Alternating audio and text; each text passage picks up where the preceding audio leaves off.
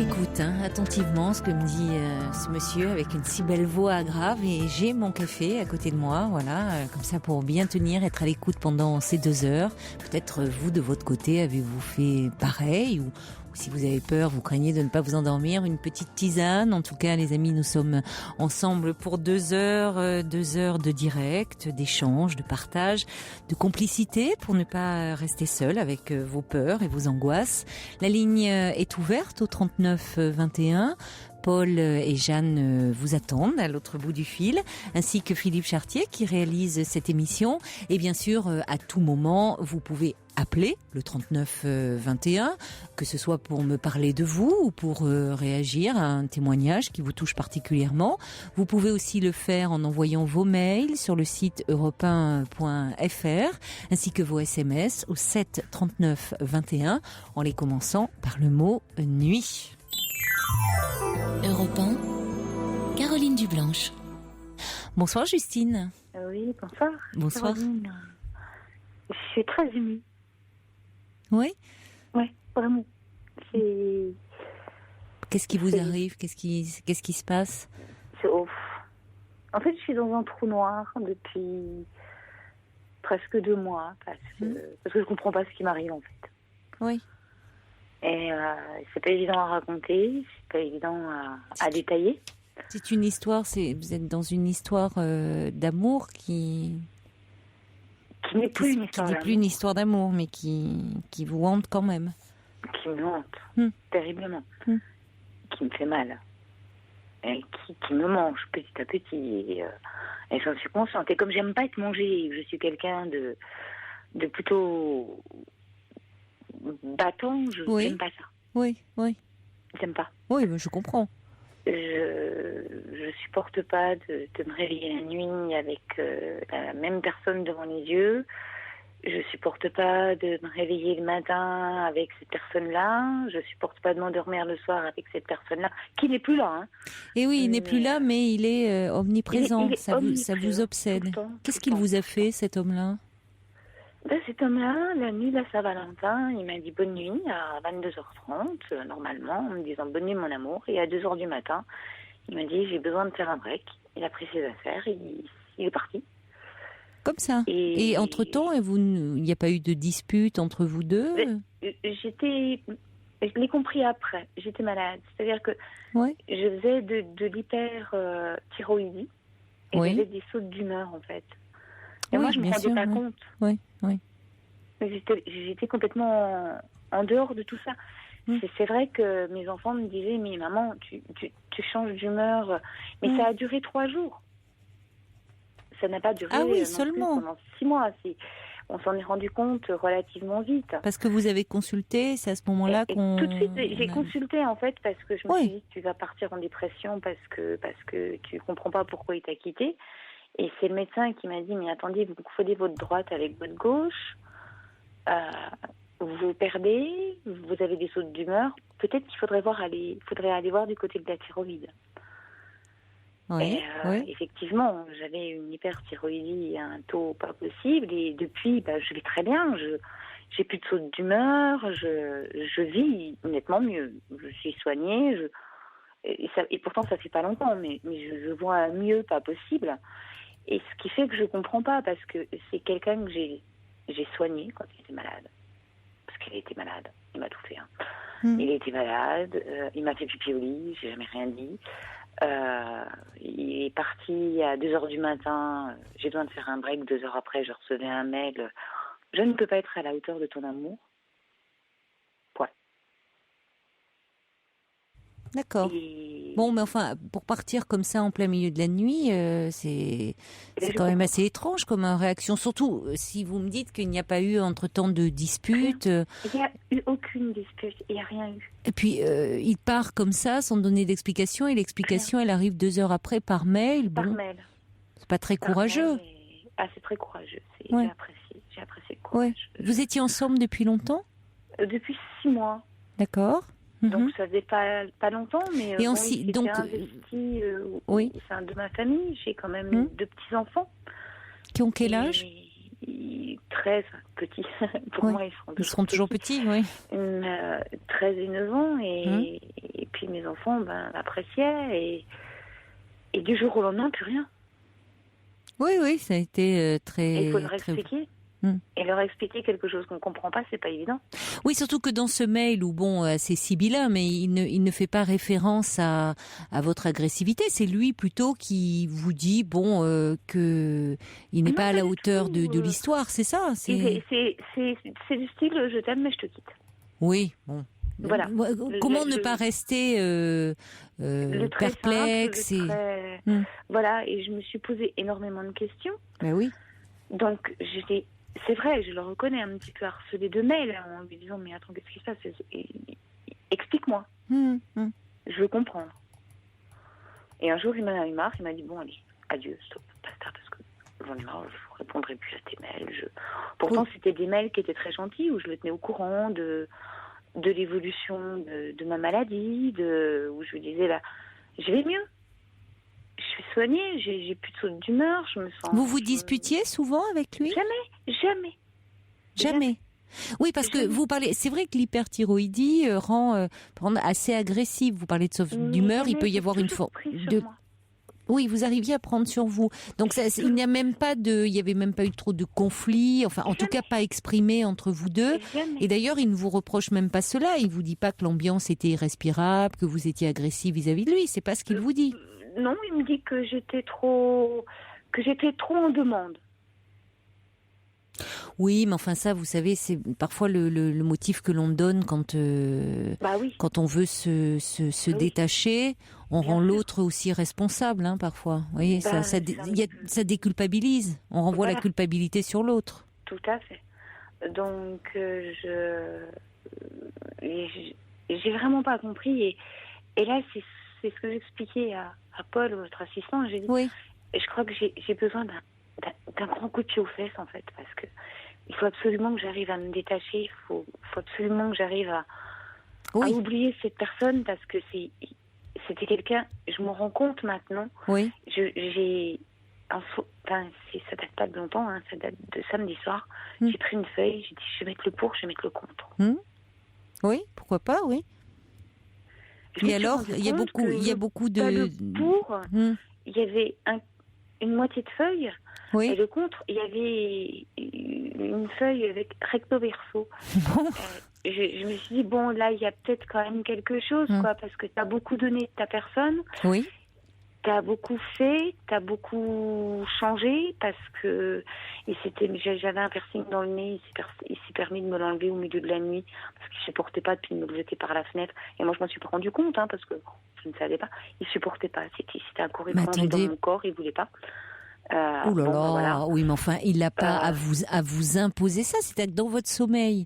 C'était dans mon sommeil, mais je m'en suis pas rendu compte. Justement. Heureusement. Peut-être que j'aurais réagi. Oui, mais je trouve le geste très très agressif, très violent, parce que même si lui le perçoit comme un corps étranger dans votre corps, c'est vous qui l'avez décidé. Oui, et lui se permet... Il a un tatou dans le dos, il aurait pu me l'enlever, il aurait pu me le déchirer. J'ai encore plus chaud quelque part. Il était jaloux, cet homme ? Pas du tout. Je pense pas, je ne sais pas, peut-être qu'il était jaloux, peut-être qu'on ne vivait pas ensemble, il travaillait ailleurs que sur mon lieu d'habitation, donc on se voyait le week-end, toujours très heureux de se revoir, toujours très heureux de se rencontrer, moi très en attente de le revoir, et mes enfants très en attente de le revoir aussi, et tout se passait très bien. Oui, mais c'est follement intrusif ce geste. Je veux dire, alors que vous êtes dans le sommeil, confiante, abandonnée, lui, il intervient sur votre corps pour vous retirer quelque chose que vous avez souhaité faire poser. Alors que lui, après, vous dise moi, je te préfère au naturel, je suis pas adepte. Il me l'a pas dit tout de suite, il me l'a dit un moment après, parce que moi, je l'ai cherché, mon piercing, je me suis dit, tiens, tu l'as perdu. Oui, mais c'est inadmissible ce comportement. Parce que en plus, ça n'a pas empêché que vous lui plaisiez avec votre piercing. Quand il vous a rencontré, vous l'aviez. Oui. Bon, et vous lui avez plu. Donc après, il aurait pu vous dire bon. Et encore, mais vous dire moi, tu sais, je suis pas très piercing, ça, voilà. Mais il n'a pas à vous imposer. Or là, il vous fait violence en vous l'enlevant comme ça pendant que vous êtes dans votre sommeil, complètement abandonné. Je trouve que c'est assez révélateur d'un rapport de force. Vous voyez, vous me dites qu'il n'y avait pas de dispute, pas de conflit. C'est un psychologue. Hein. Ah, mais vous savez, il y a des psychologues qui... J'ai peur parce qu'il est psychologue qui et peuvent DRH, être très perturbés dans leur vie privée. Et psychologues et DRH. Oui, cumul. Enfin, disons qu'il est psychologue. Oui, psychologue, DRH, c'est souvent ces deux... Bah, qui ne recrute pas des gens qui ont un piercing parce que ça lui plaît pas ou parce qu'il pense que ça va pas plaire à sa direction, c'est son problème. Mais enfin, vous, il vous a choisi comme ça. Et donc, je trouve que ce geste-là, c'est un abus. Enfin, je veux dire, il n'a pas à faire ça. Il y a eu d'autres choses de cet ordre-là? Il y a eu plein de petites choses, en fait. Il supportait pas plein de choses. Il faisait souvent la tête. Et moi, je suis plutôt d'un naturel. En fait, j'aspirais à une certaine tranquillité parce que je sortais d'une rupture un petit peu compliquée. Je rentrais de l'étranger. Et j'avais envie d'une famille normale. Donc je me disais, bon, c'est peut-être par là aussi qu'il faut passer. Et puis c'est normal. Donc je crois que j'ai tout fait. J'ai tout accepté. Entre les petits plats, le poulet qu'il fallait cuire en un quart d'heure, alors qu'il fallait 1h30 pour cuire. Mais parce que monsieur voulait aller au ciné, donc il fallait... tout de suite activer, tout de suite... oui, mais enfin, il faut que... Il est dans la toute-puissance, cet homme-là, pour un psychologue, c'est intéressant. Il est dans la toute-puissance infantile, parce qu'il veut aller au ciné, le poulet, ça doit cuire en un quart d'heure. Il faut que le monde tourne autour de sa personne. Oui, je crois que c'est ça. Oui. Et j'ai été assez bête, moi, parce que bon, il était malade, j'ai eu très peur. J'ai appelé le SAMU. Alors que lui, pendant les 3 jours où moi j'ai eu des sautes d'humeur, il n'a pas cherché à comprendre. Oui, pourquoi subitement vous aviez... Il s'est pas dit, tiens, peut-être qu'il se passe quelque chose. On a eu des suspicions, j'étais enceinte ou pas. Si tu es enceinte, tu veux le garder, tu le gardes. Mais moi, je te préviens, j'assume pas. Mais il assume peu de choses, hein, cet homme, de toute façon. Très peu. Et pour justement, vous dites qu'il est psychologue, DRH, il est vraiment dans l'échange. Hein. Ça fait peur. Enfin, même dans sa façon de vous quitter, qui est très élégante. Vous voyez, il vous quitte par mail, c'est... Ouais, et puis là, le pire, c'est que j'arrive quand même pas à... J'arrive pas. Pourquoi il vous obsède autant? C'est parce que vous ne comprenez pas? Ouais, je pense que c'est ça. Vous ne comprenez pas la... Et puis, parce que... vous n'avez pas compris. Oui. Mais vous savez que parfois il faut renoncer à comprendre, parce que le fait de s'attacher comme ça à vouloir comprendre, c'est aussi une façon de maintenir un lien, même un lien qui d'amour se transforme en haine, parce que la haine c'est presque un lien plus puissant que l'amour, hein, malheureusement. Comment? Quoi qu'il en soit, ça devient de la haine. Oui, ça se comprend. Maintenant, je me dis, mais c'est pas possible, quoi. Tout le mal qu'il a fait, tout ce qu'il a détruit dans ma famille, avec mes enfants. Qu'a-t-il détruit dans votre famille, avec vos enfants? Et je suis restée enfermée quand même pendant 1 mois à refuser de sortir avec mes enfants, refuser de les emmener se promener, tout simplement. Parce que j'arrivais pas. Parce que j'avais peur, parce qu'il s'était montré dans mon quartier, il s'était exposé, c'était monsieur. Ah, mais c'était après la rupture, c'est ça, vous voulez dire? Non, voilà, après la rupture. Après la rupture, mais je suis restée vraiment enfermée à me dire, mais j'ai honte, quoi, parce que il s'est exposé, il s'est montré à tout le monde, et je suis quelqu'un de très fier. Moi, je suis très... Comment ça, il s'est exposé? Oui, partout, il se présentait partout. Alors que vous n'étiez plus ensemble? Alors qu'on était ensemble. Oui, c'est-à-dire qu'il se présentait comme votre compagnon. Voilà, partout. Partout où il passait, il se présentait. Même les gens qui ne connaissaient pas dans mon quartier, il se présentait. Il était... et puis du jour au lendemain, il n'est plus là. Il était fier d'être avec vous? Il se montrait fier d'être avec vous? Je pense, ouais, quelque part, qu'il était fier d'être avec moi. D'être une jolie femme, Ça serait prétentieux que de dire oui, je pense ne pas être non plus rejetée, mais... je suis pas non plus Adriana Carambeu, quoi. Oui. Je suis loin. Oui, mais ça, il y en a pas 50 000 des Adriana Carambeu. Mais c'est-à-dire mais il y a quelque chose d'assez intrusif dans le comportement de cet homme. Déjà dans le geste qu'il a eu de vous enlever votre piercing pendant la nuit sans vous demander donc votre avis puisque vous dormiez. Il Oui. vous impose comme ça sa volonté. Oui. Et le fait de... vous dites, c'est pas qu'il s'est présenté, vous dites il s'est exposé. Vous le Il s'est ressentiez. Il y avait une petite voix intérieure qui vous disait qu'il y avait quelque chose qui n'était pas forcément très naturel. Parce que Non, entre se c'était présenter... de l'exposition. C'était vraiment de Oui. l'exposition. C'était vraiment je m'expose, je m'impose. Je m'impose, oui. Mais ça va dans le sens aussi de ce qui s'est passé la nuit. Enfin, c'est... Voilà, et c'est... Bon. Et d'ailleurs, il s'est imposé vis-à-vis de mes enfants. Il est arrivé, ça fait 5 jours qu'on se connaissait. Il est arrivé, il s'est imposé avec mes enfants, avec pizza, cadeaux, machin et tout. Oui, il en faisait Et trop presque. Il aurait déjà, comme vous dites, au bout de 5 jours, il n'y avait voilà, pas le feu. Il y avait pas le feu exactement. Mais bon, moi, j'avais tellement besoin de stabilité et il représentait tellement la vie normale quelque part.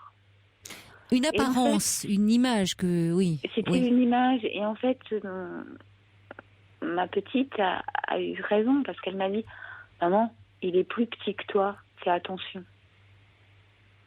Et il était effectivement physiquement plus petit que moi. Oui. Mais il est Et petit elle à m'a dit- tous les sens du terme, semble-t-il, cet homme. Peut-être parce qu'elle l'adorait, mais elle m'a dit, maman, fais attention, il est plus petit. C'est pas bien. Oui, ça peut être une réflexion de, vous savez, C'est une réflexion des jeunes d'enfant, filles, mais, normatives, un peu, voilà, il faut être de quelque taille égale. part, Mais il y avait, comme vous dites, quelque chose peut-être qu'elle avait senti chez cet Oui. homme, comme une révélateur. volonté de, malgré sa petite taille, s'imposer. Tout à fait. S'imposer au besoin avec force, comme il l'a fait avec votre piercing. Il l'a fait avec tout. Et je vous dis, heureusement, j'ai un tatouage dans le dos. Heureusement qu'il me l'a pas arraché au milieu de la nuit parce que ça aurait pu prendre des Oui, non, mais proportions. il a quel âge cet homme 51 ans. 51 ans. Donc il est quand même pas tout jeune non plus. Bon, il a Non, vécu non. 26 ans avec la même femme, mais il a des enfants. J'ai jamais été présentée à ses enfants. Oui, donc là, il y a un déséquilibre là. Vous voyez, lui s'impose dans votre vie à toutes vos Lui connaissances, s'est à tous vos imposé proches. dans ma 5 jours vie, après votre rencontre, il veut rencontrer voilà. vos enfants. Vous ne connaissez pas. Et qu'est-ce que vous connaissez de sa vie à lui, de son univers J'ai vu sa maison une fois. J'ai eu la maison en photo sous toutes les coutures, c'est sûr, ça c'est évident.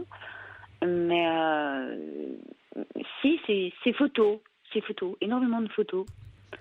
Puisque je me fais violence, on est sur un site où j'ai pas envie de faire de publicité, mais Oui. et je me fais violence à chaque fois parce que je me dis punaise, j'aimerais, parce que j'ai tellement mis de photos de nous heureux que là je voudrais montrer le côté négatif, quoi. Et je me dis non, ne te rabaisse pas. Non, parce que montrer, vous voulez montrer pourquoi? Pour l'atteindre lui? Mais je l'atteindrai pas parce qu'on n'est pas Non. amis.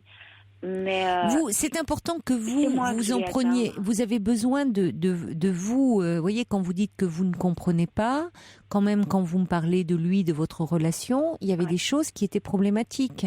ouais, tout Donc à c'est fait. à vous-même que vous avez besoin de démontrer, et c'est jamais agréable, que vous avez beaucoup investi cette relation, vous avez beaucoup projeté sur cet homme, Et puis, j'ai jamais rien dit. Je veux dire, c'est pas un homme de 51 ans qui fait pipi au lit. J'ai jamais rien dit. Mais pourquoi il faisait Je veux pipi dire, au lit? Si je le savais, je vous le dirais. Ah, mais d'accord, j'ai cru que parce que vous m'aviez dit qu'il était malade et qu'il avait pu avoir un accident, ce qui peut Non, arriver pas quel du que soit tout. l'âge. Non, Non, il faisait pas du pipi tout. au lit de façon... Ça lui est arrivé 3 fois et j'ai jamais rien dit. Il est Alors psychologue, que- ce monsieur. Dites-moi, il a c'est sacré. Et DRH, c'est ça en plus. C'est-à-dire, en plus, oui. il a, oui, il a cette responsabilité. Il dirige quand même 850 Mhm. personnes. Oui. Donc, Mais il faudrait bien de s'allonger sur le divan d'un psychanalyste pour. Non, c'est moi prendre qui certaines- dois me faire soigner, c'est pas lui, c'est moi. Pourquoi il vous a dit que vous deviez vous faire soigner? Oui, il faut absolument que je fasse un traitement et que je me fasse soigner parce que j'ai un gros problème, moi. Mais, et lui, non. Oui, mais vous voyez de vous mettre la part de responsabilité sur vous, alors que bon, il s'en va. Il dit tout et son contraire parce qu'il n'est pas à la hauteur de cette relation, il n'est pas à votre hauteur. Bon, prenez-le peut-être au mot, oui, il n'est pas à la hauteur. Il y a quelque chose de chez lui certainement très névrotique et autre, même dans sa façon de...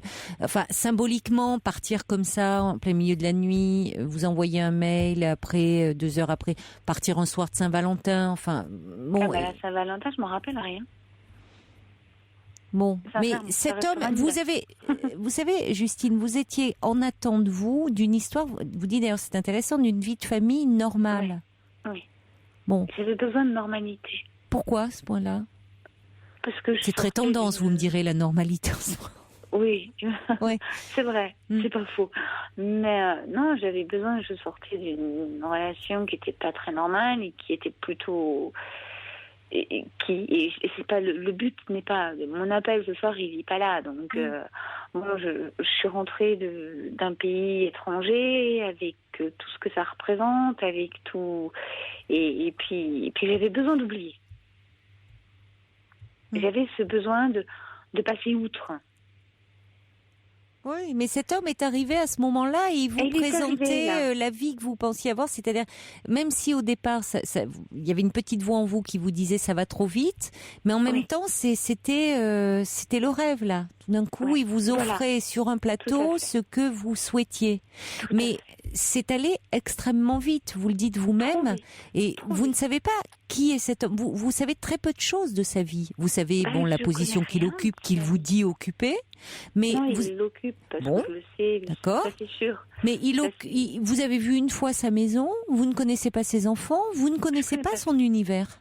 Non, Donc lui, absolument. vous lui avez ouvert grandes les portes Ouais. de votre vie, et lui est resté extrêmement discret sur la sienne. Il vous montre des photos, mais c'est intéressant parce que des photos, c'est ce qu'il veut bien donner de lui à voir Ouais. sous sa meilleure image. Tout à fait. Alors, vous me direz, à sa décharge, quand on est dans les débuts d'une relation, on se montre sous son meilleur jour. Hein. Oui. En principe, voilà, on n'attire pas les mouches avec du vinaigre, donc on se montre vraiment sous sa meilleure image, sous son meilleur angle. Mais cet homme s'est révélé sous un autre jour. Où petit à petit, vous avez découvert des aspects de sa personnalité qui étaient moins sympathiques. Jusqu'à ce côté final. Mais c'est vrai que bon, vous vous êtes beaucoup investi jusqu'à le soigner, sur quelqu'un que finalement vous connaissez peu, parce que vous voyez 6 mois. Oui, Et je peut-être me qu'il rends compte part que je au le connaissais pas. moment où bon bah lui aussi il a voulu y croire, et puis Et il est parti au moment où il a senti que j'étais malade et c'est ce que je lui reproche, c'est qu'il Oui, s'est dit enfin. je suis pas à la hauteur parce que Mais prenez-le au mot, c'est pas, vous voyez, je pense que vous vous en voulez aussi parce que vous dites vous êtes malade. Bon, vous avez un problème d'hyperthyroïdie. Beaucoup de ça femmes arrive ont à des, tout le monde, exactement. beaucoup de femmes ont des problèmes de Tout à fait. thyroïde, que ça soit en hypo ou en hyperthyroïdie. Tout à fait. Bon, c'est vrai qu'il y a des symptômes qui peuvent être un peu désagréables en premier lieu pour vous et pour votre entourage quand il y a de l'hyperthyroïdie, parce que c'est vrai qu'on Ouais. est beaucoup plus tendu et un peu agressive. Mais, enfin, je veux dire, il pourrait s'en plaindre ouvertement auprès de vous, enfin, d'étaler comme ça au beau milieu de la nuit. Je suis désolée, Ouais, mais il y a voilà. un truc qui va pas. 2h du matin, il est parti. Bon. Mais tout Vous voyez, je reçois des messages, il y a Marc qui dit, bon, bah écoutez, c'est un goujat qui ose partir en plus le soir de la Saint-Valentin, un peu une image du gosse gâté. Sergio qui dit, mais c'est une chance qu'il se soit enfui. Et je vous assure qu'il y a beaucoup mieux sur le marché, dit Sergio, qui aime les tatouages et le piercing. Donc voilà, laissez de se placer. Et puis, il y a Luna qui dit, bon, écoutez, essayez de le voir plutôt comme un personnage lamentable, qui sait comporter, en tout cas, de cette façon-là avec vous. Oui, c'est vrai. Bon, il y a Ninon qui dit, aussi lâchement est-il parti, aussi autoritairement risque-t-il de revenir. Tenez-vous prête, ferme à ne pas lui ouvrir votre porte. Non, je pense pas qu'il reviendra parce qu'il connaît Non, mon oui. caractère. Oui, puis je pense qu'il a été découvert sous un autre jour. Il y a quelque chose qui... Voilà, bon, alors, il le sait. vous ne comprenez pas ce basculement, mais il y avait quand même des choses dans son comportement que vous ressentez aujourd'hui comme un peu problématiques. Oui, et je lui ai envoyé un mail, mais le problème, c'est je pense qu'il m'a bloqué de partout parce que tellement peur d'entendre parler de moi qu'il m'a bloqué de partout. Et je lui ai envoyé un mail il y a une petite dizaine de jours où je lui disais justement, attends, je suis arrivée à un stade où je t'ai aimé, je t'ai détesté, je t'ai réaimé, je t'ai attendu, je Ouais, t'ai espéré, et maintenant, j'espère plus rien de toi. Non. En toute amitié, point barre. Mais même pas amitié, c'est-à-dire que vous pouvez pas avoir Bon, une je sais amitié. que je voulais pas être désagréable non plus. Mais Je vous avez voulais le pas droit de subir, l'être. Vous avez le à droit de jamais. l'être. Il ne vous a pas ménagé non plus, donc vous pouvez l'être. Non, mais je suis bien élevée, moi. Contrairement à lui, moi, je suis bien élevée. Oui, mais on n'est pas dans ce type de relation, on n'est pas dans une histoire de bonne éducation. Tant mieux que vous soyez bien élevé. Mais vous voyez, quand on est dans une relation d'amour ou autre, ou dans une relation affective, quelle qu'elle soit, impliquée avec ses proches, c'est pas une question de politesse. C'est quand on est blessé, que l'on nous fait mal, on réagit pas en prenant forcément les formes et autres, parce que justement, c'est une relation qui est très investie. Donc bon, écoutez, cet homme, moi je plains parce que c'est difficile, mais je me dis si les DRH, les personnes qui vont avoir affaire à lui, quoi, parce qu'il est pas très clair. Hein. Je les plains très sincèrement parce qu'il est très, le peu qu'il m'en racontait, il est excessivement dur avec les gens et persuadé d'être... il est supérieur, en fait. Je pense qu'il a un gros complexe d'infériorité, en fait. Bon, vous voyez, c'est quand même... Il est resté avec une problématique non révolue. Il fait quand même encore pipi au lit. Et puis, à côté de ça, il dirige les gens de façon assez intrusive. Bon. Il y a Lucille qui résume un peu la situation en vous disant, vous savez, Justine, il aurait pu faire pire que s'enfuir comme ça au beau milieu de la nuit. Il aurait pu rester. Oui. C'est pas faux, puisque vous décrivez, vous voyez. Donc bon, laissez-le vraiment fou. Vous dites que vous avez une personnalité plutôt battante et oui. Donc bon, J'avais besoin d'un coup de pied aux fesses, c'est pour ça que je me suis permis d'appeler parce que j'en avais besoin. J'ai dit non, maintenant faut réagir. Oui, voilà, il faut pas vous laisser anéantir comme ça par cet homme, par cette histoire. Bon, on n'aime jamais. C'est aussi quelque chose. On en fait un peu une affaire personnelle après, de s'être trompé à ce point. J'aurais préféré être trompée quelque part. J'aurais préféré qu'il m'appelle, qu'il me dise bon, j'ai trouvé quelqu'un d'autre. Oui, parce que vous auriez une explication à ce moment-là et quelqu'un sur qui jeter en disant là il y a une rivale, donc vous auriez pu consacrer votre agressivité. Alors que là vous vous êtes dit bon, vous vous êtes trompé dans vos choix. J'ai culpabilisé parce que je me suis dit c'est de ta faute. Mais ça peut arriver, c'est pas votre faute. C'est bon, cet homme vous a apporté sur un plateau ce dont vous rêviez apparemment. C'était une image. Bon, voilà, le ballon de baudruche a éclaté. Et simplement vous, peut-être là où il faut un petit peu réfléchir, faire un peu un travail sur vous-même, c'est par rapport à cet idéal de normalité, de famille normale, parce que Elena Morna, on a fait d'ailleurs une émission dans Les Experts, qu'est-ce qu'une famille normale, c'est aussi dans Psychologie Magazine, on en parle là. Ouais. Bon, voyez, attention à justement des gens qui se présentent sous une trop grande apparence de normalité. Pour mieux endormir le monde. Bon, donc vous avez besoin d'équilibre, de stabilité dans votre vie, et ça c'est tout à fait respectable. Mais du coup, prenez peut-être votre temps. Oui, prenez votre temps, ne vous précipitez pas dans une histoire. Non, voilà. Je crois qu'il m'a un petit peu vaccinée. La petite piqûre de rappel, d'ailleurs, je me la fais régulièrement. Voilà. Mais en tout cas, ça ne vaut pas la peine de vous détruire vraiment pour cet homme. Il n'en vaut pas la peine. Ne perdez pas de vue que vous avez une forte personnalité, vos enfants, un équilibre autour de vous. Donc bon, laissez-le partir. Il a des problèmes. Et c'est mieux je suis d'accord avec les auditeurs, c'est ce que dit Marc, il vous mérite pas. Ce que dit Lucille, bon, il vaut mieux qu'il soit parti. Il est pas capable d'assumer une relation. Laissez-le filer. D'accord? Je vous remercie beaucoup, Caroline. Mais je vous en prie. Ça m'a fait vraiment du bien. Prenez soin de vous maintenant. Je vous remercie beaucoup. Soignez-vous bien, parce que l'hyperthyroïdie, c'est vrai que là aussi, avec tous ces mouvements d'humeur. Oui, mais ces mouvements d'humeur ont dû vous rendre aussi plus. Vous voyez, vous êtes dans un état plus fragile. Voilà. Donc soignez-vous bien, stabilisez bien les choses et vous verrez que vous allez voir les choses avec plus de recul. Je les vois déjà avec plus de recul. C'est ce que dit Luna, d'être plus indulgente avec vous et plus douce, quoi. Arrêtez de culpabiliser, surtout. D'accord? D'accord. Je vous remercie. Je vous embrasse. Au revoir, Justine. Et je remercie toute votre équipe. Merci, au revoir. Pour dialoguer avec Caroline Dublanche, envoyez nuit suivi de votre message par SMS au 7 39 21, 65 centimes plus coût d'un SMS. Europe 1. Alors il y a des auditeurs qui ont écouté attentivement Justine et ce sont des hommes qui évoquent cette hypothèse-là. C'est Joël et puis également Pierre qui dit mais avez-vous la certitude qu'il était réellement disponible cet homme et qu'il n'était pas pris, peut-être marié, ce qui pourrait expliquer certaines choses. Oui, Justine nous disait qu'elle le voyait peu. Bon, en même temps, pour un homme marié, c'est étonnant qu'il se soit présenté comme ça partout à tout son entourage. Généralement, les relations où la femme est une maîtresse se font plutôt dans la clandestinité. Mais bon, on va accueillir Aurélie. Bonsoir Aurélie. Bonsoir Caroline. Bonsoir. Mais, félicitations pour votre émission d'abord. Et puis, je voulais remercier aussi Paul pour son accueil. Merci beaucoup pour Paul. Voilà. Alors, moi je vous appelle parce que je suis un petit peu perdue dans une relation que j'ai depuis juillet 2012. Oui. Donc, je suis une personne divorcée, j'ai 55 ans et en juillet 2012, j'ai rencontré quelqu'un sur mon lieu de travail. Oui. Donc, c'est une personne qui est arrivée dans l'entreprise où je travaille. Et voilà, petit à petit, donc on a créé une relation. Donc, on se voit sur le lieu de travail, c'est 2 jours par semaine. Le reste du temps, il travaille dans une autre entreprise. Mmh. Et en dehors du lieu de travail, on se voit très, très peu.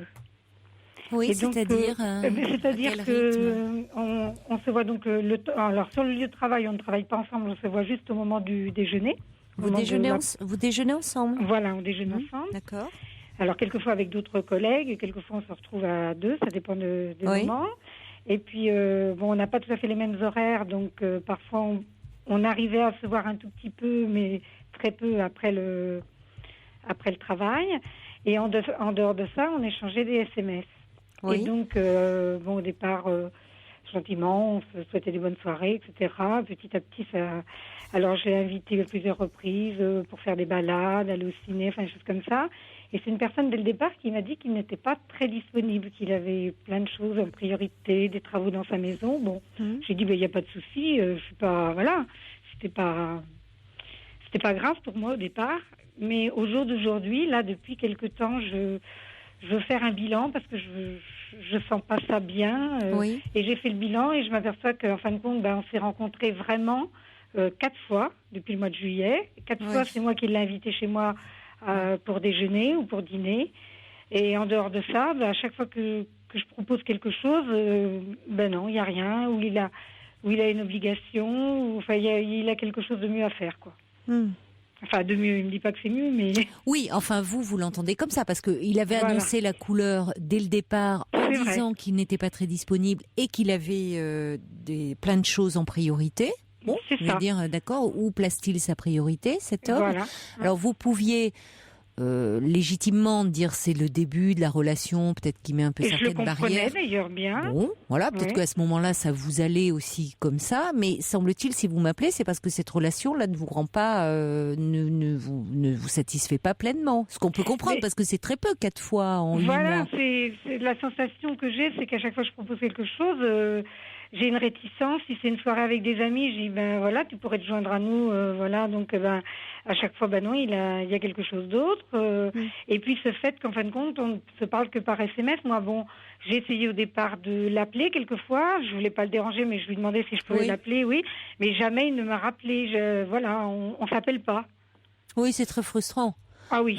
C'est pas on peut pas considérer que l'on a une relation avec quelqu'un quand elle se passe comme ça beaucoup par SMS. Enfin, à un moment, vous voyez, il faut, comme vous dites, il faudrait pouvoir suivre qu'il y ait un échange, des échanges téléphoniques, et puis se voir. Or, oui, voilà. Quand il vous dit qu'il n'est pas disponible, il est marié, cet homme? Non, il est séparé, mais c'est quelqu'un. Alors, il habite à une 50aine de kilomètres de chez moi, donc. Moi, je sais que cet hiver, il y avait des belles journées. J'aurais bien pris ma voiture, je serais bien allée chez lui. Et puis, il habite dans une région qui est très jolie, où il y a des belles balades à faire. Mais jamais il ne m'a proposé, par exemple, d'aller chez lui. Alors, il me dit, c'est parce que c'est en travaux, je veux pas que tu vois ça comme ça.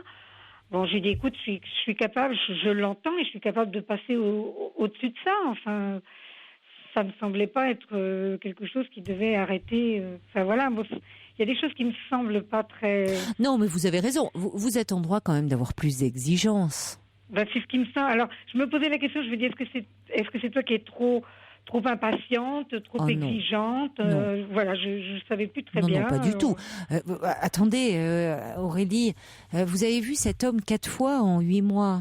C'est pas je vais au travail, mais c'est pas la même chose. C'est pas la même chose. Vous le dites voilà. vous-même, c'est la facilité. Vous de fait, vous travaillez sur le même lieu. Oui. Donc vous déjeunez ensemble. Alors lui considère que voilà, il se satisfait de ça. Si lui sont satisfaits, il se contente de peu, à mon avis. Il se contente de très peu. Et ça veut pas dire parce que vous attendez plus que vous avez des exigences démesurées.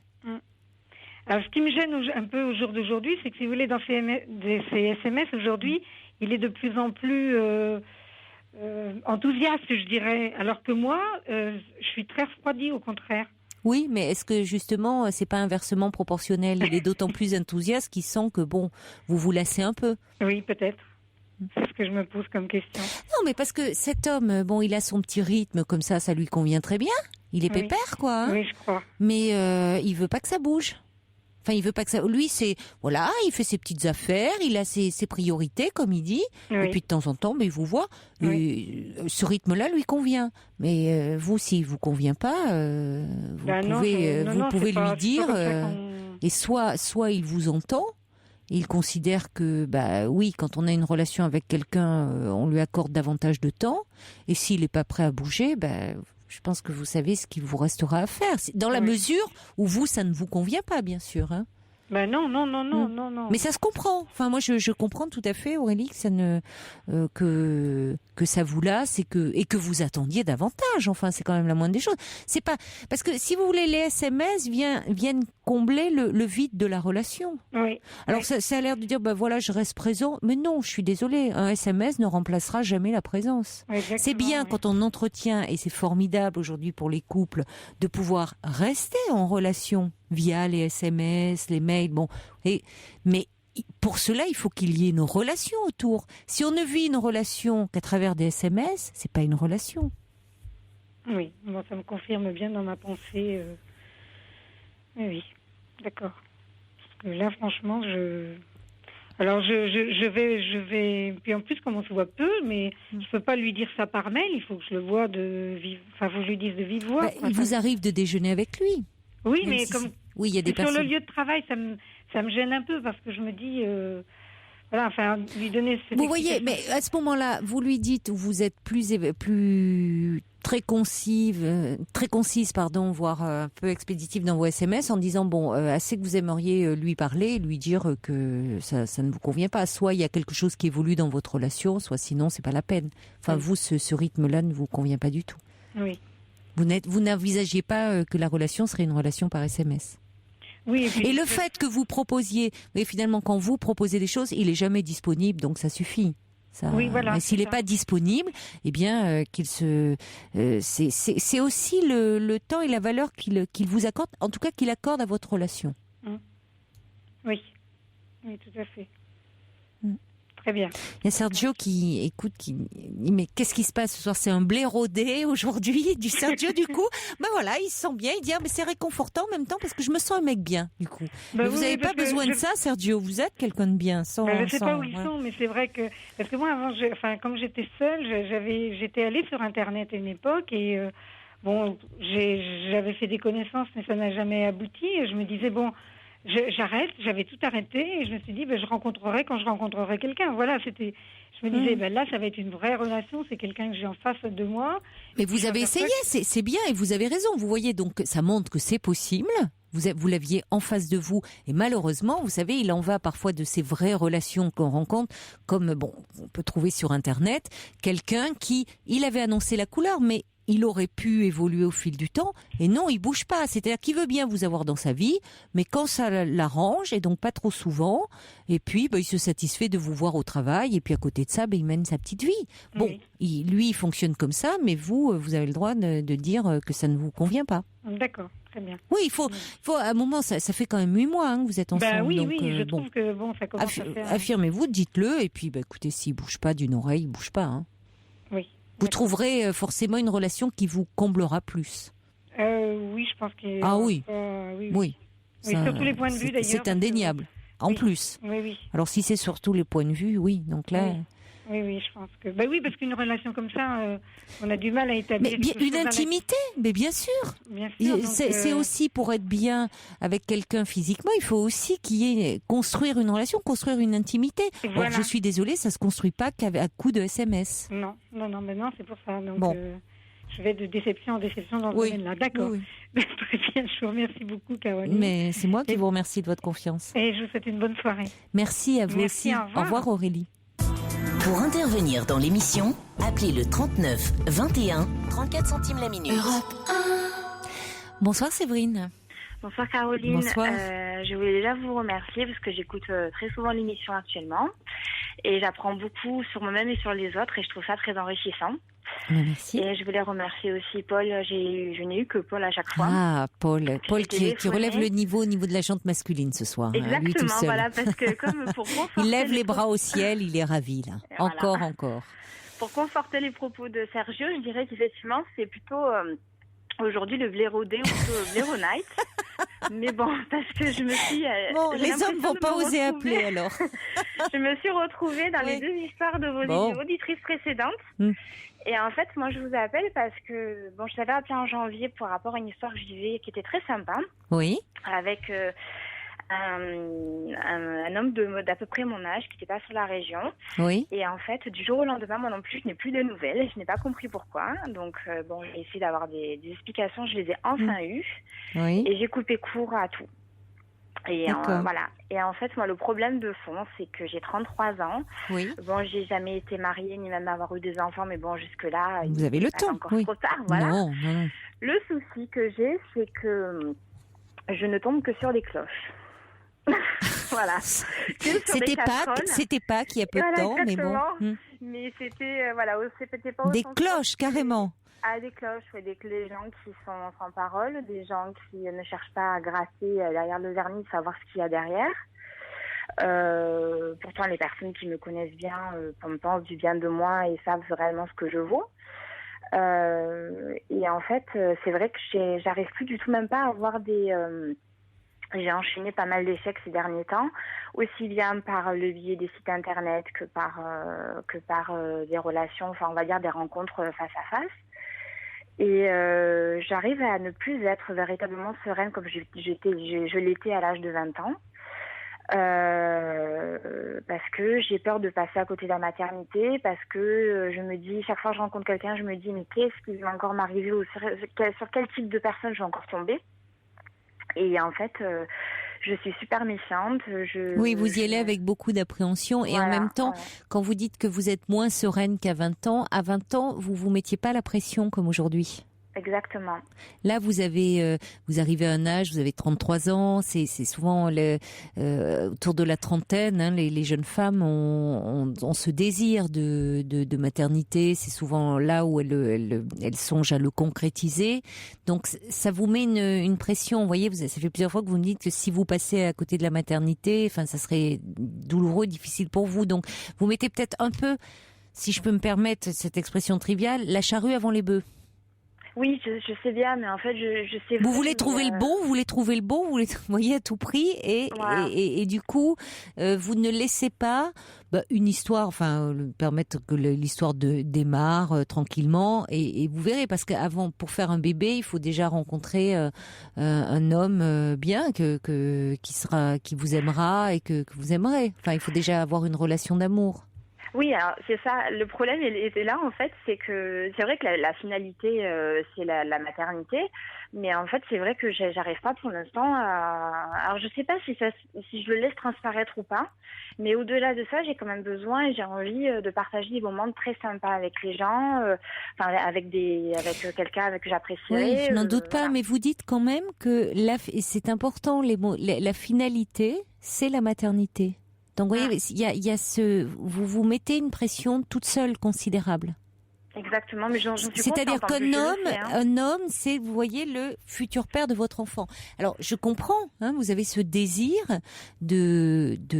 d'enfant, et c'est tout à fait respectable, mais vous avez 33 ans, donc je comprends que vous y pensiez. Mais vous n'êtes pas dans une situation d'urgence. C'est pas comme si vous aviez, 40 ans ou 42 ans, vous me disiez, je commence à m'angoisser, à m'essouffler dans mes histoires et j'ai peur de ne passer à côté de la maternité. Là, tranquille, hein, vous avez, voyez, vous avez 33 ans, vous avez le temps vous pouvez demain ou après-demain ou dans 3 mois ou dans 6 mois rencontrer un homme très bien avec qui vous allez la construire cette famille, faire 1, 2 ou 3 bébés, voire plus, hein. Alors c'est vrai, on dit souvent que les choses arrivent dans le positif que dans le négatif assez rapidement. C'est vrai que dans le positif, on a tendance à le voir sous un autre angle parce qu'on n'en souffre pas, au contraire. Pardon, au contraire. Oui. Mais c'est vrai que, bon, moi je suis consciente que je me mets énormément de pression à ce niveau-là. Oui. C'est vrai que ça fait aussi 4 ans que je suis célibataire parce que j'ai repris 2 ans d'études. C'est bien, ça, voilà, c'est formidable, donc, c'est un projet. Je suis contente, oui. voilà, donc j'ai mis ma vie entre parenthèses, ma vie sentimentale. Sentimentale, oui, mais vous construisez sur un autre plan, donc c'est bien pour vous, ça. Aussi. Alors c'est ce que tout le monde me dit, et c'est vrai que je suis très contente de l'avoir fait, parce que je l'aurais pas fait en ayant charge de famille, c'est évident. Bien sûr, oui. Mais en fait, ce qui me fait très peur, c'est que j'ai l'impression que avant d'arriver à tomber vraiment sur des gens, j'ai peur, je veux pas choquer les auditeurs, mais c'est vrai, j'ai l'impression de tomber que sur des gens inintéressants. Oui, mais alors ça pose question, parce que s'ils sont inintéressants, pourquoi vous vous intéressez à eux? Si vous les jugez, vous, inintéressants, vous voyez, pourquoi vous, c'est paradoxal, ça? Ben, j'avoue que je me pose la question, j'analyse le problème dans tous les sens. Oui, mais, pas la réponse encore. Mais vous me dites, vous tombez sur des cloches, sur des gens inintéressants. Mais bon, alors après, heureusement, il y en a certains qui vont les trouver intéressants, heureusement pour eux. Mais vous, si vous intéressez pas, ben, pourquoi vous allez vers eux? Ben, je sais pas, voilà, la dernière personne en question, il y avait une attirance physique et en fait, je me suis rendu compte après que derrière, quelques mois ont passé et puis il n'y a pas plus que ça. Bon, ben ça peut arriver. C'est-à-dire que vous avez, voilà, vous craquez physiquement pour une personne que vous trouvez très désirable, mais sa personnalité ne vous correspond pas. Ça peut arriver, hein. Le ramage, ça se rapporte pas toujours au plumage, hein. Bon, c'est comme ça. Ça c'est évident. Non, après, je me suis posé la question. Ça ne veut pas dire que vous devez vous désintéresser totalement de l'aspect physique, hein. Vous pouvez tomber sur quelqu'un pour qui vous allez avoir un coup de cœur qui va vous plaire et qui aura aussi une sensibilité proche de la vôtre. Ben, en fait, c'est ce que j'ai du mal à trouver. Je trouve les gens très superficiels et en fait, c'est ça qui me gêne. Et j'en discute avec pas mal de gens de mon âge ou un peu plus vieux ou un peu plus jeunes et j'avoue que j'ai l'impression que vraiment tout reste en surface et qu'on cherche pas à comprendre. Il n'y a plus de relation à l'autre en fait. Non. Enfin, ça existe. C'est vous qui le percevez comme ça. C'est-à-dire, qu'est-ce qui fait... Pourquoi pensez-vous pourquoi ça reste superficiel? Est-ce que vous ouvrez un petit peu et vous parlez de vous avec sincérité? Est-ce que c'est pas une façon de vous protéger aussi de rester en surface?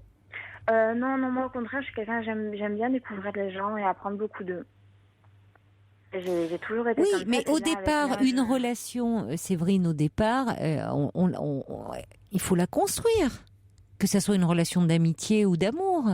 Oui, vous allez pas, les gens ne vont pas. Vous savez, il faut parfois aussi se méfier un peu des gens qui vous racontent tout d'eux dès le départ. Vous avez l'impression que oui, alors là vous êtes, ça reste pas superficiel, mais si, c'est une façon. Parfois, plus on parle, c'est pour taire beaucoup de choses, quoi. Donc bon. Ouais. Donnez-vous du temps. Sûr. Ben, j'avoue que je suis quelqu'un de très. Quand j'étais enfant, je voulais être grande et puis. Oui, mais ça. C'était génial. Beaucoup d'enfants. Exactement, mais c'est. Je pensais que c'était facile quand on était grand pour faire tout comme on souhaitait. Non. Vous savez, il n'y a pas de mode d'emploi hein, pour pour la vie. Vous voyez, alors parfois c'est un peu flippant parce qu'on aimerait bien qu'on nous prenne par la main, qu'on nous dise voilà comment ça va se passer, se dérouler exactement. Et puis heureusement finalement qu'il n'y a pas de mode d'emploi parce que ça serait très stéréotypé. C'est à nous d'inventer. On la crée tous les jours, hein, notre propre vie. Donc c'est ce qui est parfois un peu vertigineux. Mais c'est ce qui est aussi passionnant, parce que si vous voulez, il y en a qui empruntent l'autoroute, et puis donc effectivement tout est très balisé, et puis il y en a d'autres qui prennent des chemins de traverse, et sur les chemins de traverse, on peut faire de jolies rencontres. Hein. Mais j'y crois encore pas mal. Il y a des moments où je m'écroule un peu comme un château de cartes, mais c'est temporaire. Il y a des moments où je suis très en forme, Et j'y crois encore beaucoup, mais c'est vrai que... Vous avez raison d'y croire, hein. Si vous n'y croyez plus. Vous vous mettez trop la pression. Ouais. Vous voyez, je crois que, dites-vous que si vous avez très à cœur, hein, si c'est très important pour vous d'avoir un enfant, vous allez le concrétiser, ce projet. Mais si vous voulez, pour le moment, dites-vous, ce qui est important, c'est de rencontrer déjà un homme qui va vous plaire, bien sûr, mais avec qui dont vous vous sentirez proche, avec qui vous pourrez avoir une complicité, une grande proximité. Vous voyez, déjà ça. Et puis après, les choses, elles se feront toutes seules. Ah, il y a ça, mais c'est vrai que ça bloque assez rapidement. C'est ça qui me pose problème. Oui, mais justement, si ça bloque trop, si vous trouvez qu'on est trop dans le superficiel, et quand les choses se répètent un peu trop, et de façon générale avec toutes les personnes, c'est qu'il y a aussi un peu votre regard à vous à changer. Oui. C'est pas un hasard que vous pensiez que tout est superficiel comme ça, parce que c'est pas vrai. Il y a des gens avec qui on a des relations plus en surface et avec qui d'autres personnes avec qui on a des relations plus profondes. Ça dépend de ce qu'on amène aussi soi dans la relation. Ne l'oubliez pas. Oui, ça c'est certain. Mais alors j'ai essayé aussi de changer un peu mon regard, effectivement, comme vous venez juste de dire. Et mais c'est ce lâcher prise que j'avais en étant plus jeune, et maintenant je l'ai pas, et j'aimerais vraiment le retrouver. Mais parce que plus jeune, à ce moment-là, vous ne calculiez pas, il n'y avait pas de stratégie, il n'y avait pas d'enjeu. Vous rencontriez quelqu'un, bon, la relation se faisait, ça se passait bien, si ça n'allait plus, vous vous sépariez. Il n'y avait pas l'enjeu, la pression que vous vous mettez aujourd'hui, ou comme vous dites, la finalité, c'est faire un bébé. Non, remettez les choses un peu dans l'ordre. La finalité, c'est déjà, sans parler même de finalité, votre projet, votre désir, c'est de rencontrer quelqu'un. Et après, quand vous serez bien avec cette personne, et que les choses se feront. Oui, non, j'en suis quasiment sûre. Après, bon... Relâchez la pression. Vous savez, c'est souvent quand on relâche la pression, quand on se fiche un peu la paix, que les choses arrivent. Hein. Pas quand on est comme un chien sur son os à rien lâcher. Mais c'est vrai que c'est un travail très très dur à faire sur soi. J'ai beau essayer de me dire des fois, mais n'y pense pas, ou laisse tomber, c'est pas grave. En même temps, bon, 33 ans, c'est pas... Ah non, mais... 33 ans, vous êtes jeune et vous avez... Franchement, je vous dis pas ça. Je vous dis, vous auriez passé la quarantaine. C'est vrai que pour une femme, il y a cette horloge biologique. Mais à 33 ans, vous avez encore du temps, franchement. Donc, oui. vous allez me rappeler, ça se trouve, dans 3 mois, vous aurez rencontré l'homme avec qui vous serez enceinte. Enfin, voyez, dont vous serez enceinte. Donc, franchement, relâchez un peu la pression, là. Vous allez voir, les relations. Et puis, si la relation, elle démarre sur un mode un peu léger, ça peut être pas mal aussi. Ça peut être pas mal aussi. Il y a des relations qui démarrent sur un mode très léger, qui peut paraître un peu superficiel et léger. Oui, mais au fil du temps, ça se construit et vous allez aboutir. Ça se trouve, vous allez vous dire, c'est cet homme-là avec qui vous allez faire votre vie. Bon, en tout cas, une grande partie. Donc, lâchez un peu du lest. Hein. Après, moi, il y a aussi, je connais une collègue de travail qui s'est retrouvée enceinte par accident. Et bon, moi, je sais que je ferai pas n'importe quoi, pas pour la montrer du doigt, mais je sais que je ferai pas n'importe quoi pour avoir un enfant non plus. Mais moi, ce qui me tient à cœur, c'est les deux. C'est à la fois d'être heureuse et partager des moments avec quelqu'un. Et c'est un peu retrouvé, parce qu'effectivement, je réclame, enfin, je suis en demande de tendresse, de câlins, de plein de choses qu'on peut s'apporter mutuellement quand on est en couple. Et c'est vrai que des fois, j'ai l'impression de me retrouver dans une impasse. Je me dis non, c'est pas possible, je les collectionne, je les accumule. Et c'est ça qui me fait perdre espoir. Oui, mais parce que vous voulez tellement vivre cette belle histoire que vous avez dans votre tête que peut-être vous vous lancez trop vite vers des personnes qui vous déçoivent, mais parce que vous voulez aller trop vite. Vous ne faites pas véritablement une rencontre avec une personne.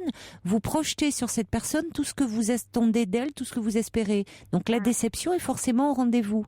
Donc si vous vous dites bon, oui, moi j'aspire à cela, avoir une relation de couple, avoir des enfants, mais je prends le temps de rencontrer véritablement. Au lieu de faire, vous faites et défaites l'histoire dans votre tête. Non, mais c'est vous lui laissez pas le temps d'éclore. Non, mais c'est exactement ça. Bon. Alors, vous voyez, il y a quelqu'un qui dit « Ma vision a changé depuis. La maternité n'est plus une finalité ni un but dans une relation pour moi. Je suis avec mon ami aujourd'hui depuis 3 mois. J'avance lentement, je savoure. J'apprends à le connaître et lui aussi. Et je pense que c'est sur la durée qu'on voit les belles histoires. Et je suis entièrement d'accord avec cet auditeur, cette auditrice. Donc relâchez un peu la pression et faites confiance. Faites-vous confiance, faites confiance en la vie, surtout Séverine, franchement. Il n'y a pas de raison qu'elle vous offre pas de jolies choses. Merci en tout cas de votre appel. Merci beaucoup, bonne soirée. Au revoir Merci, Séverine. au revoir.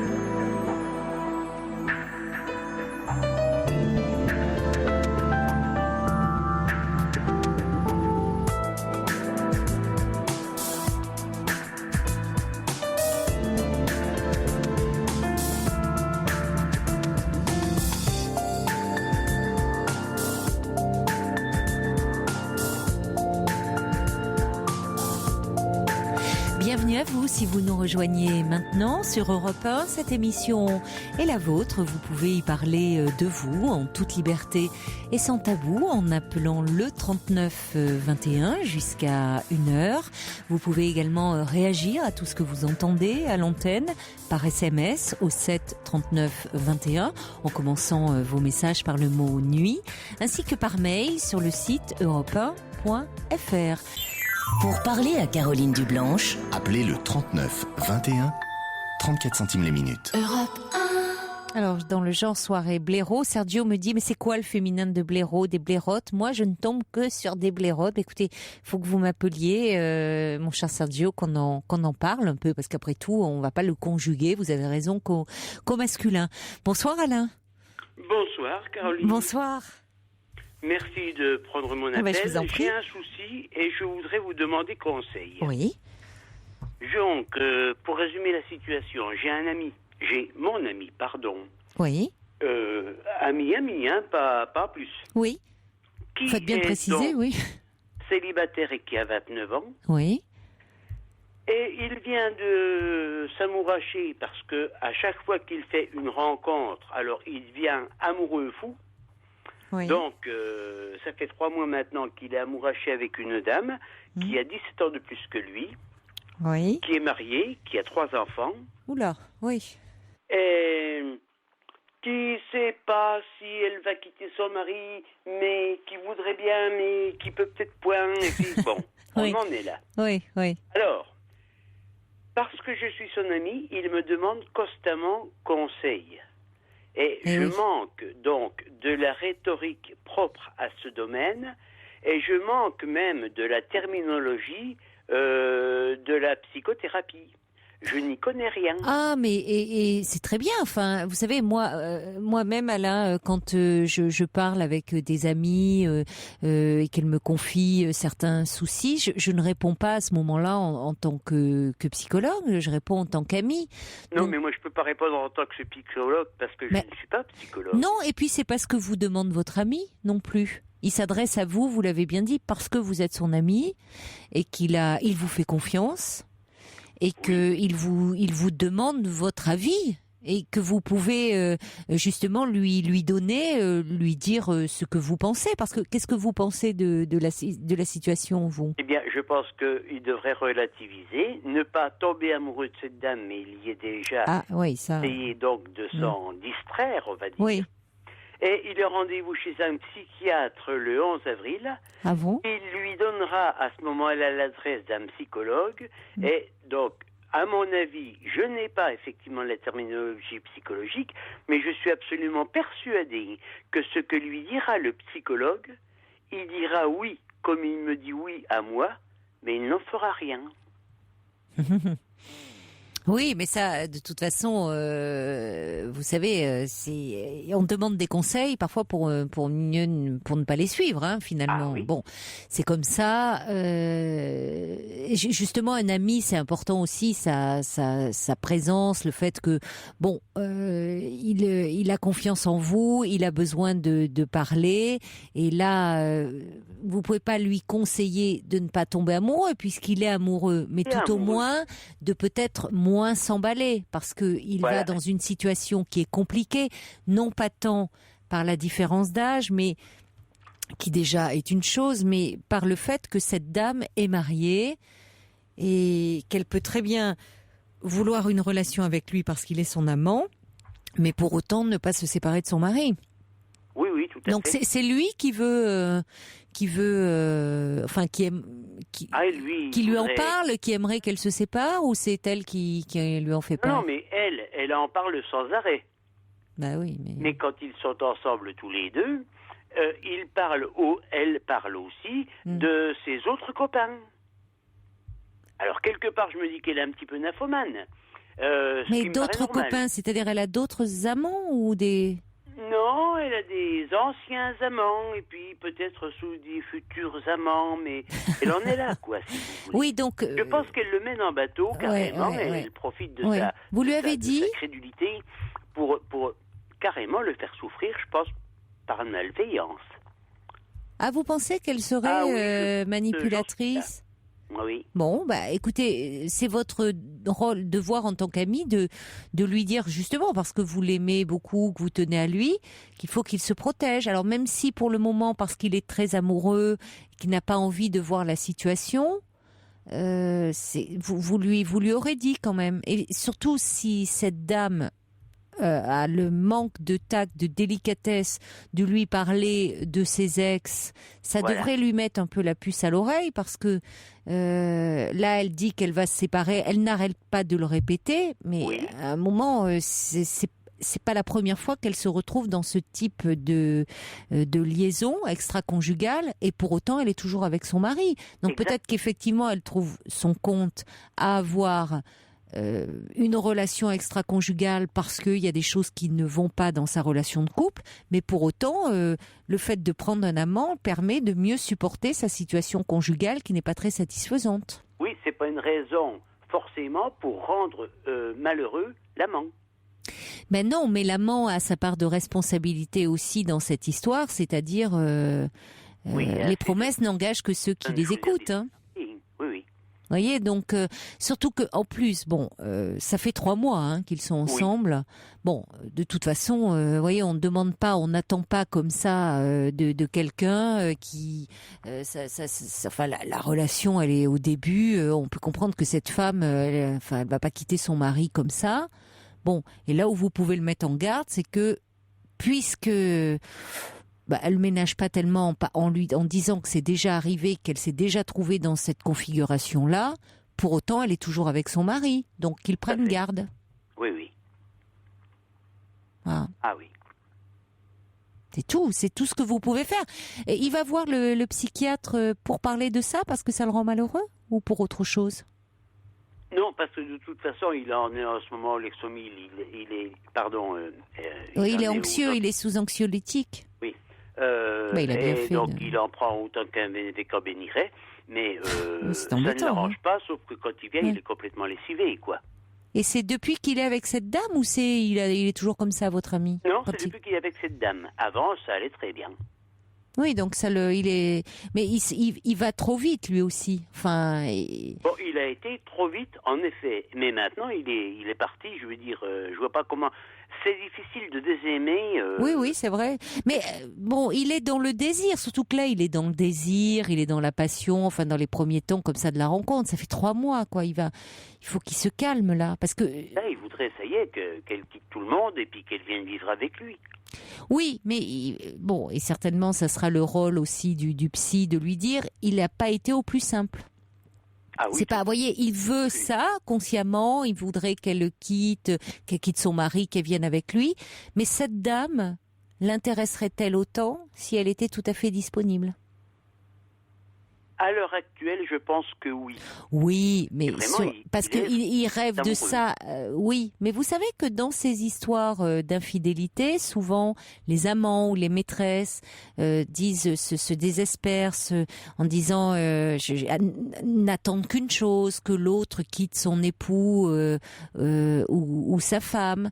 Oui. Et puis parfois, quand ça se produit, ils se retrouvent bien dépités parce qu'ils se rendent compte que c'est pas forcément ce qu'ils voulaient. Oui, que le côté, tout le piment de l'affaire venait du fait que cette personne n'était pas libre et que ça leur convenait, même si ça les faisait souffrir par certains côtés. Donc vous savez, le psychisme est très complexe, hein. Donc il voudrait cette femme, oui, justement parce qu'il ne la possède pas complètement. Oui. Ah oui. En tout cas, ce que vous pouvez dire, parce que Christophe envoie un petit message que je trouve très juste, qui le relève, dit cette femme veut peut-être le rendre jaloux et pour combler des fragilités. En tout cas, c'est vrai que le fait qu'elle lui parle de ses anciens amants ou de certains encore qui lui tournent autour, ça traduit quand même un certain côté manipulateur chez elle, parce que de fait, elle accentue elle le pousse à être jaloux, à être possessif. Oui. Donc, il n'a pas besoin de ça, puisqu'il y a déjà le mari. Donc, elle joue un drôle de jeu. Et ça, en tant qu'amie, vous avez tout à fait le droit et la légitimité pour lui dire attention, elle mène un drôle de jeu. Oui. Ah oui, vous avez raison. Mais écoutez, je vais essayer donc de faire comme vous m'avez dit, en employant ma foi les termes qui sont les miens, quoi. Ah oui, surtout, oui, vous n'allez pas employer des termes qui ne sont pas les vôtres, parce que vous ne seriez pas entendu. Oui. Vous voyez, vous n'allez pas jouer à être un spécialiste. Il vous demande pas ça, il vous demande pas d'être spécialiste, il vous demande votre avis d'amis, d'amis, parce que justement, même si il n'écoute pas vos conseils, parce que pour le moment il est trop pris par cette histoire, mais ça ne veut pas dire que ça ne peut pas l'apaiser, que ça ne peut pas faire son chemin. Ce que vous lui dites. C'est ça. Je pense qu'en mettant les choses sur la table après, il repensera à ce que je lui ai dit. Puis il dira que j'avais raison. Et puis il se rend bien compte qu'il est malheureux, puisqu'il a quand même fait cette démarche d'aller voir un psychiatre. Donc vous voyez, rassurez-vous par rapport à votre ami, c'est-à-dire qu'il n'est pas sans ressources, il se rend compte quand même qu'il ne peut pas continuer comme ça, et il a été demandé de l'aide. Il se confie à vous, et il va demander de l'aide aussi à un spécialiste. Donc il n'est pas sans ressources. Oui, d'accord. Restez confiant. Bon. Eh bien, je vous remercie. C'est moi qui vous remercie de votre appel. Bonne soirée, Alain. Au revoir. Au revoir. Pour intervenir dans l'émission, appelez le 39 21 34 centimes la minute. Europe 1. Bonsoir Eric. Oui, bonsoir Caroline. Bonsoir. Voilà, je me suis permis de vous appeler, merci d'avoir sélectionné mon appel. Oui, vous avez bien fait. Tout à l'heure, vous avez eu une auditrice qui parlait de normalité et ça m'a fait réagir. Oui. Moi, je suis actuellement dans une période de célibat, à la fois voulu et subi. Je dois vous préciser que je suis psychologue clinicien à la base et qu'aujourd'hui j'ai un cabinet de développement personnel et dit de bien-être de la personne. Je fais de l'hypnose et de la sophro. Et je me rencontre... et vous aimez le paradoxe, parce que vous dites que vous êtes à la fois dans un célibat voulu et subi. Et subi, oui. Oui. Mais méandre de l'âme humaine, oui. Non, ça me fait réagir parce qu'effectivement aujourd'hui on s'aperçoit, alors je m'aperçois tant professionnellement qu'à titre personnel, que les personnes rêvent de normalité, de perfection, et on arrive à ne plus oser profiter des cadeaux que la vie leur fait, même si ça dure, je sais pas, une semaine, un mois, un an, 10 ans, peu importe, et se protègent terriblement et n'arrivent plus à lâcher prise. Je crois que c'est le philosophe Lenoir qui disait le grand malheur de l'homme aujourd'hui, c'est qu'il ne lâche plus prise, c'est-à-dire qu'il n'accepte pas que la souffrance puisse faire partie de la vie, et on s'aperçoit que dans les relations, on est à peu près dans les relations amoureuses, je voulais dire, on est à peu près dans la même situation. C'est vrai qu'on accepte de moins en moins que la souffrance fasse partie de la vie. C'est inévitable à un moment dans une vie humaine, des moments comme ça de solitude, de souffrance. On voit même comment les gens comment on réagit aujourd'hui par rapport à la mort. Il faut trouver presque un responsable. On n'a plus le droit de mourir. Alors que là aussi, ça fait partie de la vie. On veut absolument tout contrôler. On n'a aucun contrôle sur quoi que ce soit. Oui. C'est vrai qu'il y a de plus en plus un souci comme ça, un désir de perfection, parce qu'on est aussi dans une société où on est dans le plaisir, et le plaisir immédiat, dans la jouissance à tout prix, et à quel prix? Oui, complètement. Et à l'inverse, comme votre auditeur précédent disait, à l'inverse, vous avez des gens qui tombent amoureux comme ça en quelques jours, qui s'engagent terriblement parce qu'ils ont terriblement peur, je sais pas, ou de la solitude, ou de ne pas avoir l'âme sœur à leur côté, et foncent un petit peu trop vite. Je voulais, si vous me le permettez, prendre 2 minutes pour vous faire part de mon histoire de vie qui n'ai pas dans la normalité. Oui. Puisque je me suis marié très tôt, j'ai eu 3 enfants. Oui. J'ai vécu 13 ans avec ma première femme, puis nous avons divorcé. J'ai connu une deuxième femme avec qui j'ai vécu 11 ans. Oui. Et j'ai 53 ans aujourd'hui. À 45 ans, j'ai fait un coming out. Et donc pendant plus de 20 ans, j'ai vécu dans un déni total. J'étais dans la normalité. Et je ne savais pas du tout que j'avais une sexualité différente. Et à 45 ans, donc il y a eu ce coming out. Ça a été une rencontre qui a permis de vous révéler dans... Parce que vous parlez de déni auparavant, enfin vous étiez justement dans une normalité, sur des rails. Qu'est-ce qui fait que à un moment le poids de l'éducation, de la société. Oui, ça j'ai compris pourquoi vous étiez. On peut penser, vous étiez dans cette voie toute tracée. Et qu'est-ce qui fait qu'à un moment vous avez bifurqué? Alors parce qu'avec ma deuxième épouse, on a monté une affaire ensemble. Et au bout de 3 mois, on ne s'est plus du tout entendu. Oui. Donc le couple a explosé. On a fait chambre à part, etc. Ça a duré à peu près 2 ans. Et au bout de 2 ans, le manque d'affection, de contact, a fait que j'ai commencé à sortir. Et je ne sais pas pourquoi. Je suis allé vers les milieux gays. Et là, il y a eu une révélation puisque je suis tombé terriblement amoureux d'un homme. Ah oui. Oui, vous avez eu une histoire d'amour. Oui, j'ai eu une histoire d'amour, oui. Alors malheureusement, cet homme est engagé avec un autre homme. Oui. Donc cette histoire a duré 1 an, mais n'a pas pu durer. Ensuite, j'ai rencontré un deuxième homme avec qui j'ai vécu pendant 2 ans. Une très belle histoire qui s'est terminée parce que ce garçon avait toujours vécu en couple et souhaitait connaître lui aussi le célibat. Et j'ai fait une 3e rencontre d'un garçon admirable, chanteur, danseur, cultivé, intéressant, mais ne vivant que dans son monde. Et au bout d'1 an, un peu plus d'1 an, je me suis rendu compte que j'avais fait le tour et que il n'était pas possible de construire avec lui. Donc voilà pourquoi aujourd'hui j'ai pris un petit peu de recul. Oui. Et les personnes que j'ai pu rencontrer effectivement sont à la recherche d'une pseudo-perfection qui n'existe pas. Alors que moi, dans une relation affective, je suis plus dans le don, le partage, la complicité. Aujourd'hui, on est plus, j'ai l'impression, sur des critères peut-être moins profonds et beaucoup plus sur la réserve en tous les cas.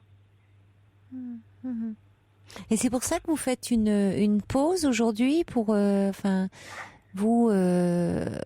vous retrouver, parce que en même temps, est-ce que vous êtes plus heureux aujourd'hui dans cette période de votre vie que vous ne l'avez été jusqu'à présent? Non, parce que je pense que toute histoire d'amour avec ses hauts et ses bas est toujours un cadeau de la vie. Il faut savoir en profiter. Et moi, chaque relation m'a rendue heureuse et j'ai toujours souhaité en profiter pleinement. Là, le célibat, parce que je m'aperçois qu'aujourd'hui, les personnes que je rencontre deviennent extrêmement exigeantes, extrêmement méfiantes. Elles veulent toute garantie avant de s'engager. Alors sans s'engager à l'aveuglette comme le relatait votre auditeur précédent, c'est-à-dire en quelques jours s'engager et puis on peut toujours avoir une période d'observation, de prise de connaissance de l'un à l'autre, mais il n'empêche qu'à un certain moment le lâcher prise fait du bien quand même. Et je me rends compte qu'aujourd'hui les personnes, que ce soit des femmes ou des hommes, peu importe, sont de moins en moins enclins et ont de plus en plus de mal à lâcher prise, justement, de la peur de la souffrance. C'est juste, oui. Mais en même temps, ce fameux lâcher prise dont on parle tant, c'est compliqué quand les personnes toutes le disent. Quand on est pris dans une relation comme ça très très névrotique, qui renvoie à plein de choses, donc par définition qu'on ne contrôle pas, c'est très difficile de lâcher parce qu'on s'accroche à quelque chose qui fait sens finalement, même si on ne le connaît pas. Oui. Oui, c'est vrai. Alors, il y a un manque de capacité de lâcher prise. Et on se sent d'autant plus malheureux de ne pas pouvoir lâcher prise, mais parce qu'en fait, oui, on est happé par ça devient, c'est symptomatique, cette façon de ne pas pouvoir lâcher, justement, de s'accrocher à quelqu'un ou à une relation qui peut faire souffrir, qui détruit, bon. Mais inversement, les gens qui sont dans des relations, qui font souffrir, qui détruisent, etc., n'ont pas non plus souvent la force, la capacité ou la volonté d'y mettre un terme pour passer à autre chose, tourner la page et passer à autre chose. Je ne dis pas que c'est facile. Je rencontre beaucoup de gens dans mon cabinet et je me rends compte de la souffrance humaine.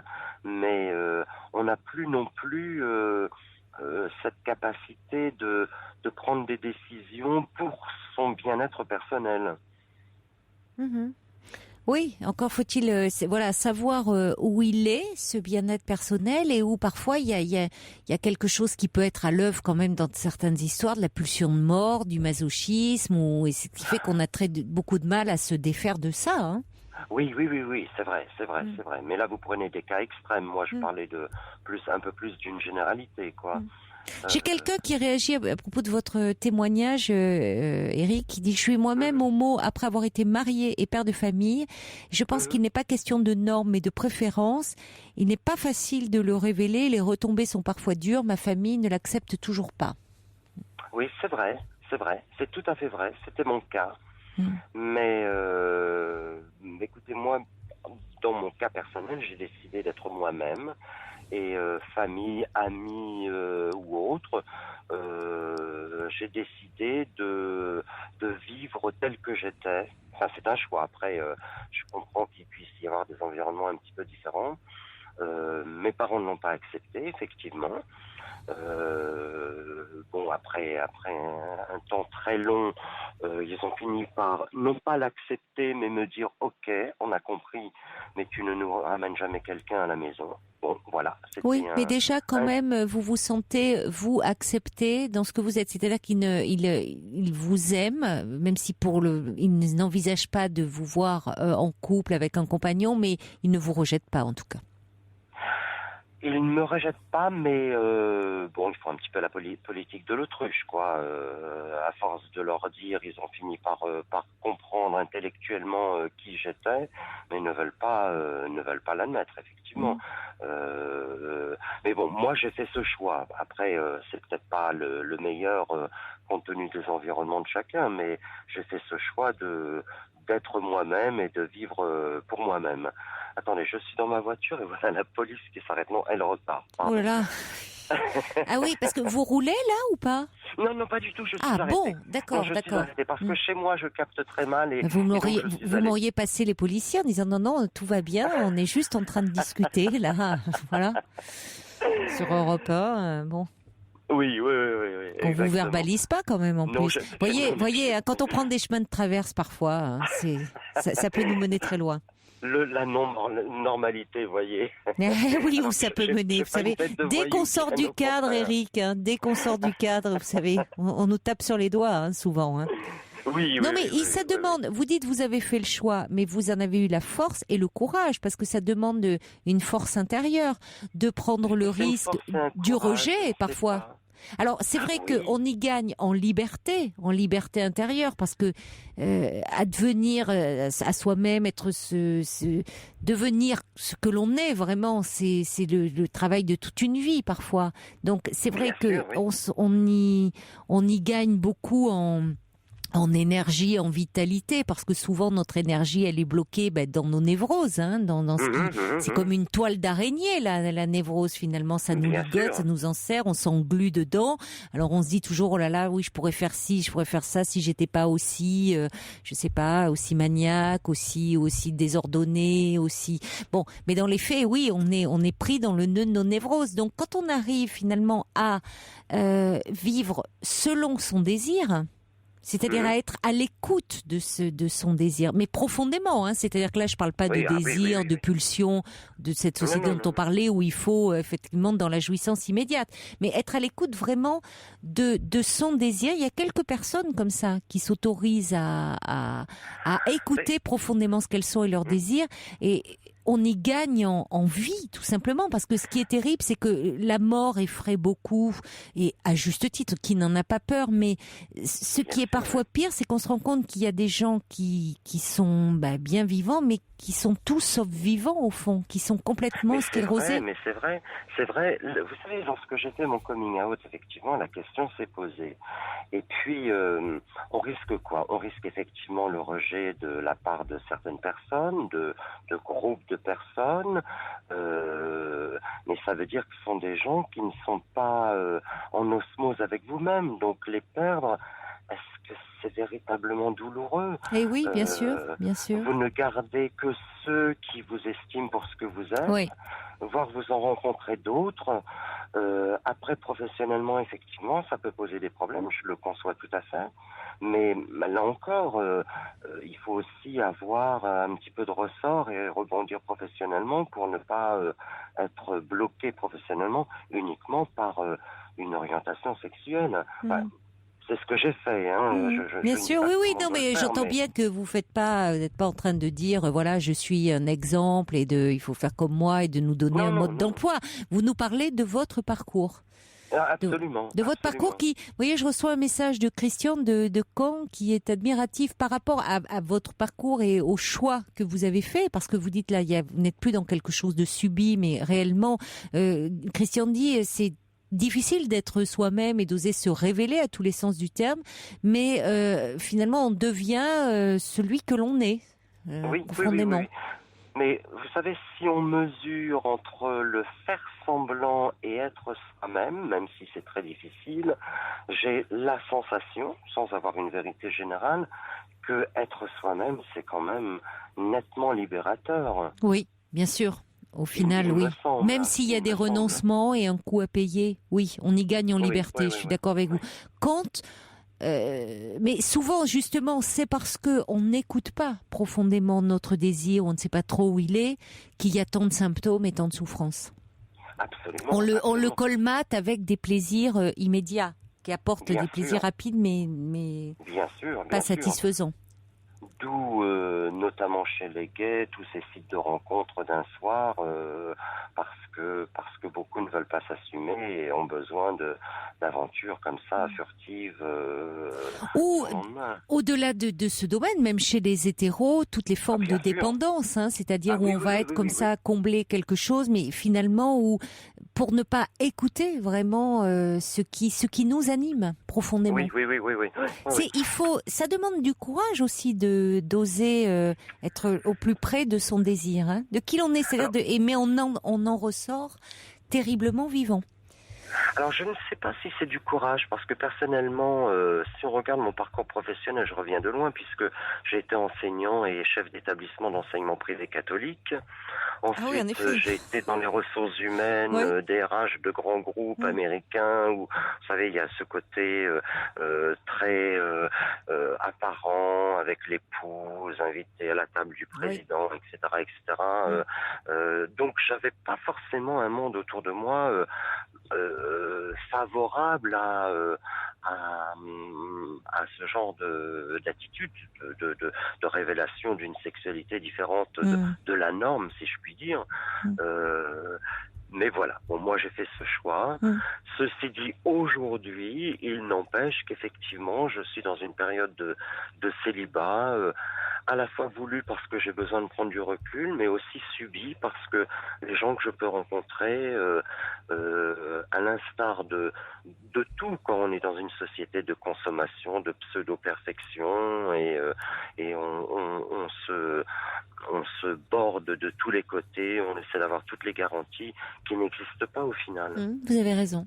Oui. C'est-à-dire que le plus grand risque, c'est de ne pas prendre de risque. Et donc, quand on est vraiment dans la relation amoureuse, il faut prendre ce risque de la rencontre avec l'autre et de se dire qu'on ne sait pas où on va. Et de l'accepter. Absolument. Et de l'accepter. Moi, j'ai toujours estimé que de vivre une histoire d'amour, on ne sait pas le temps qu'elle va durer. De toute façon, elle est vouée à la séparation, que ce soit par la mort, la maladie ou la rupture. Voilà, le temps est complètement relatif.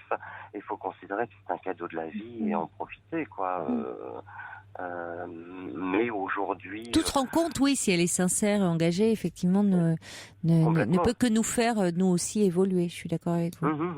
Mais merci beaucoup, Eric, de nous avoir parlé comme ça, pas seulement de façon générale, mais aussi de votre parcours à vous et de ce choix. Je le dis, courageux que vous avez fait. Et pas parce que, vous voyez, vous êtes passé de ce parcours hétérosexuel bien à l'homosexualité, de choix d'être au plus près de ce que vous êtes profondément. Vous voyez, ça va au-delà de votre approche. Dans la vie.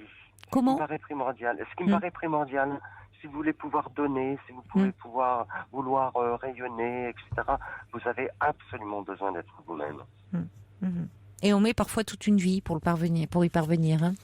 Oui, c'est un travail, le métier d'homme. Oui. Tout à fait. Merci beaucoup, Eric. Est-ce que je peux vous redemander le standard, Caroline? Ah oui, bien sûr. Vous ne raccrochez pas et vous allez avoir Paul qui va vous répondre. D'accord, c'est gentil. Merci beaucoup. Je vous en prie. Au revoir. Bonne soirée. Au revoir.